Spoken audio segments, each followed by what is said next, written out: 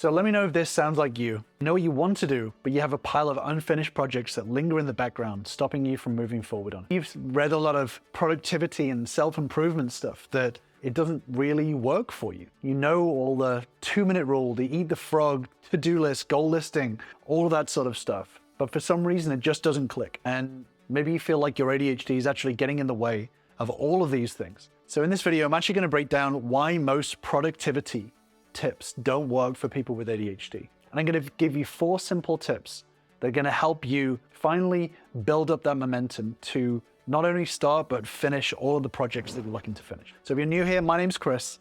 I'm a creator with ADHD, and I help fellow busy brains learn the tools to finally get shit done. So when I first got my ADHD diagnosis, I'd already started diving into all of this self-help productivity sort of stuff. And all of it, all the analogies, all the systems and everything, they all seemed to make so much sense.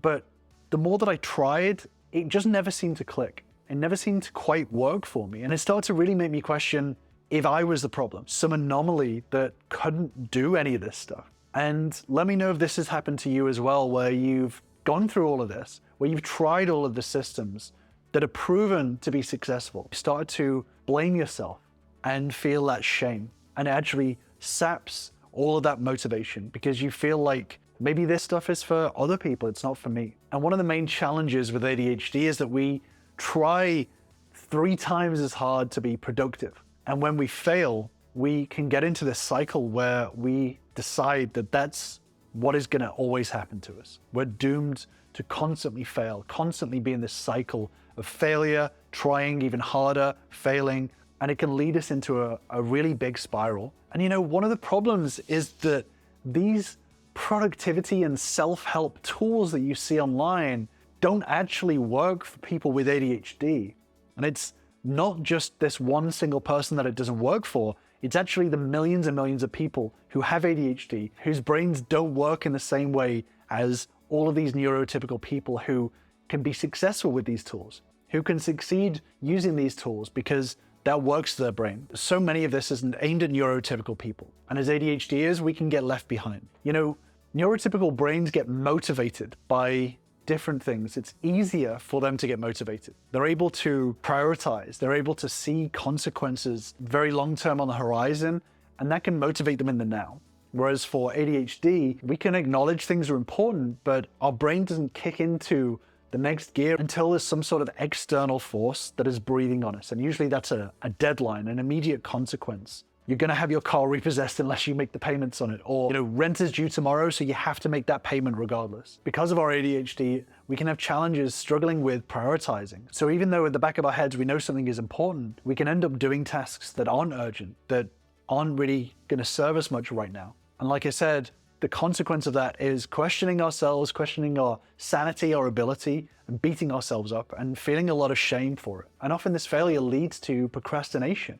It saps our motivation because our brains simply don't work that way. So what can we do to help kick our ADHD brains into gear and actually take the time to get things done? I want to introduce you to the 4 S's. So the 4 S's are spark, sidekicks, sport, and speed. So number 1, spark. So one of the main things we can do to bridge that motivation gap is to find that spark, to start with a task that initially sparks our interest. So when we find a task interesting, there's a novelty, there's something creative to it, something that's engaging to our brain. And then once we start on that task and we build that momentum up, it's much easier to move on to the hard tasks and eat that frog. So use that spark to build the momentum before then moving on to the next thing. If you can, start your workday with the most interesting thing, the most creative novelty thing that you possibly can in order to just get started. The second one is sidekicks. Find someone, whether it's a work colleague that you like or a friend or family member, doing the task with someone. They don't actually have to be doing the exact same task,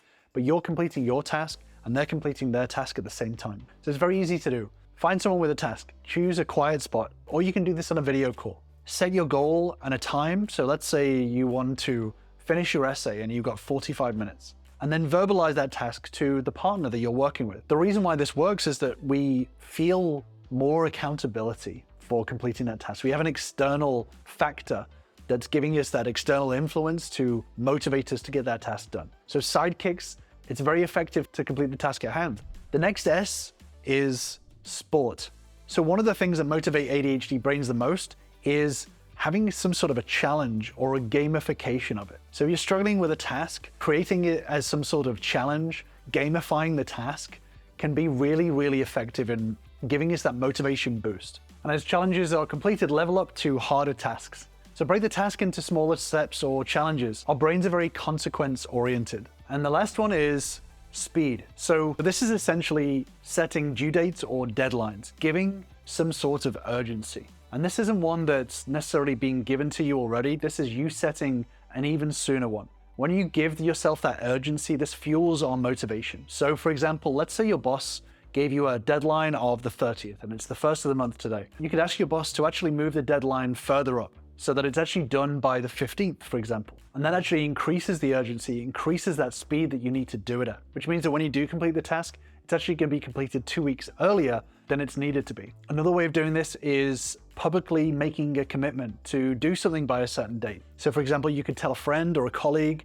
that you're going to do something by a certain date. That increases that external pressure in order to push our speed in order to do it sooner. And that helps increase that motivation. So it's important to make sure that that's a challenging, but it's an achievable date. And then again, decide on some sort of reward or consequence, a treat for completing it. So these 4 S's are actually ways in which our ADHD brain is able to push ourselves through that motivation gap and build a motivation bridge in order to actually start a task, but to persevere through it. And let me know what challenges you're facing with motivation or procrastination. Let me know in the comments below. And if you're interested in learning more tools, these are part of much bigger tools that I work with all of my ultra normal members. And if you want to be one of them and help build yourself a thriving ADHD life too, make sure you join me on my free Focus Bootcamp, where I'll show you the system that's helped me and other members learn to thrive with their ADHD. I'll drop a link in the description down below. Spark, Sidekick, Sport, and Speed. The 4 S's that actually build ADHD motivation. Thank you as always for watching. And with that, I will see you in the next